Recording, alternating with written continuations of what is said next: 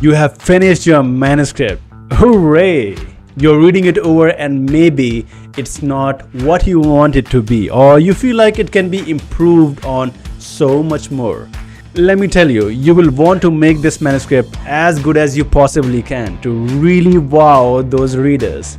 Now, to make a professionally crafted manuscript, where do we start?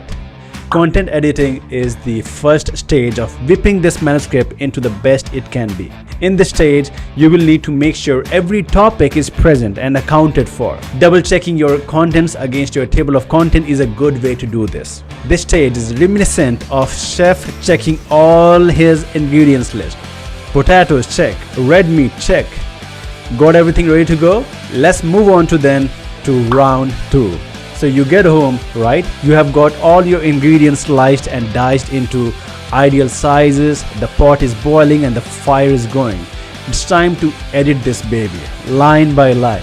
The name itself is pretty self-explanatory. Take your manuscript and read it carefully. Every word, in every sentence, in every paragraph. See what you can improve.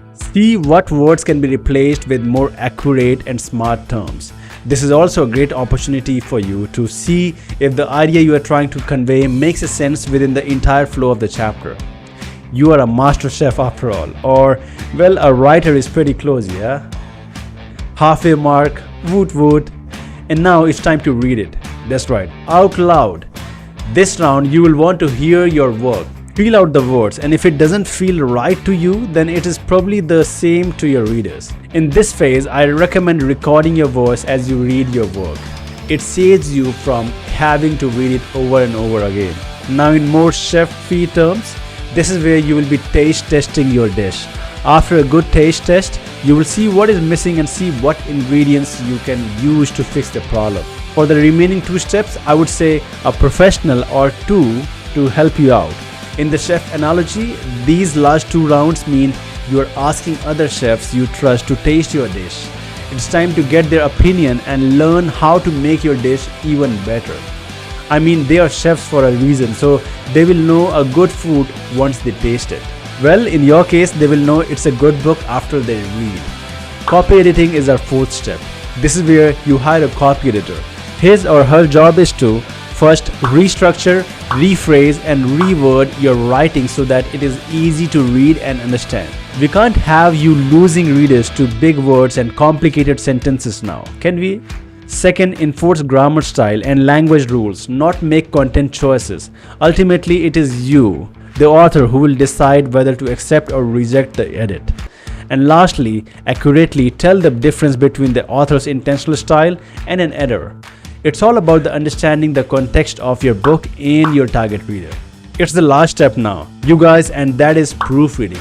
Proofreading is where it's time to hire a proofreader to detect all the remaining errors that could still be present in your manuscript.